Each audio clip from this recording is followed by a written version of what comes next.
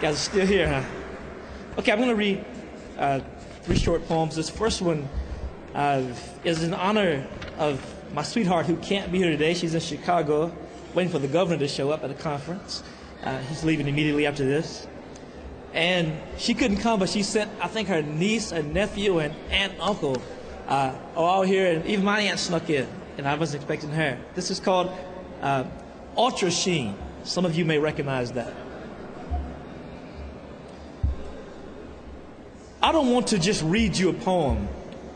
I want to scratch your scalp.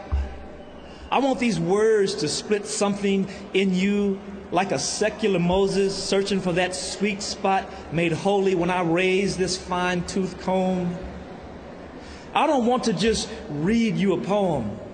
I want the tips of these verbs to sink deep into your tangled locks, whispering some ancient but familiar language first spoken in Timbuktu or on Vulcan, by priests parsing out every syllable. I want eyes to roll around in your heads, spines to tingle, and toes to curl. I don't want to just read. I want to talk in tongues. I want to scratch your scalp like our mamas did when we were young, enough to believe every word they said.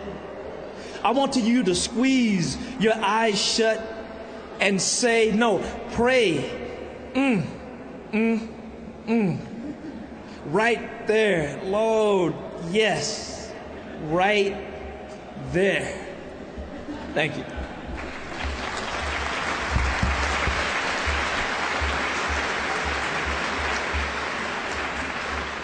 So everybody please tell her I read that poem for her. And now I'm going to read one poem from the new collection about Medgar Evers.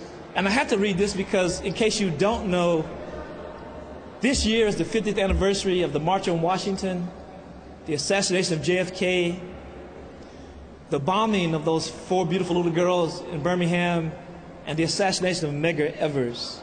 And I'm going to read a poem in the voice of Medgar's wife. And it's her imagining a conversation with the wife of the assassin of her husband. This is Merle Evers speaking in a poem called Sorority Meeting. My faith urges me to love you. My stomach begs me to not. All I know is that day made us sisters somehow. After long nervous nights and trials on end, we are bound together in this unholy sorority of misery. I think about you every time I run my hands across the echoes and the hollows of my sheets. They seem loudest just before I wake. I open my eyes every morning, half expecting Medgar to be there. Then I think about you, and your eyes won't let me forget. Your eyes always snatch me back.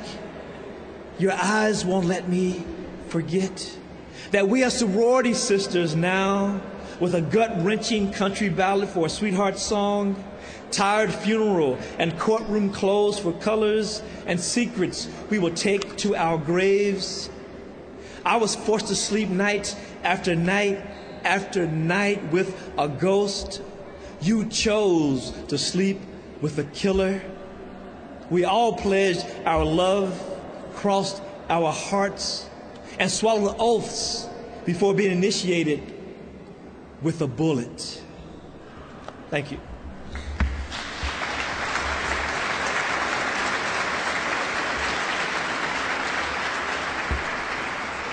And I'm going to close with a poem from Appalachia that is, I guess if I had an anthem, it would be this poem, because it's my official response to those individuals who asked that question, are there other black people in Kentucky?